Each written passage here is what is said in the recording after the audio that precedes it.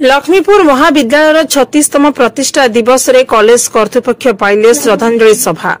कारण जो समय लक्ष्मीपुर निर्वाचन मंडली 4टी ब्लॉक रे शिक्षा पई सरकार किंबा कौनसी लोके चिंता करि नथबा बेले 1990 मसिया कोरापुट जिलार उपजिलापाल भाव कार्य करुवा जने महान व्यक्ति लक्ष्मीपुर ठारे एक कॉलेज प्रतिष्ठा पई चिंता करथिले। सेही महान व्यक्ति चलित वर्ष जून 3 तारिख तिरोधना हो जाइथिले। तांको मने पकेया पई महाविद्यालय कर्तृपक्ष कॉलेज प्रतिष्ठा दिवस रे पालिले। ए कॉलेज प्रतिष्ठाता प्रमोद कुमार पटनायक भक्तिपूर्ण श्रद्धांजलि देथिले।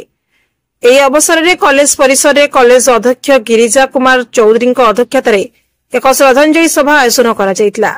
मुख्य अतिथि भाव लक्ष्मीपुर निर्वाचन मंडली युव इंजीनियर विधायक पवित्र साउंता जोग देथिबा बेले सम्मानीय अतिथि भाव कोरापुट पूर्वतन सांसद झीन हिकाका, कॉलेज प्रतिष्ठा सदस्य माधव करकरा, मोहन गरडा, पूर्वतन अध्यापक किशोर साहू, +3 अध्यक्ष बिजू मुदुरी प्रमुख जोगदे स्वर्गत प्रमोद कुमार पटनायक फोटो उपरे पुष्पमाल्य अर्पण करी श्रद्धांजलि देथिले। ए समय महाविद्यालय अध्यापक, अध्यापिका, छात्र छात्री उपस्थित थिले।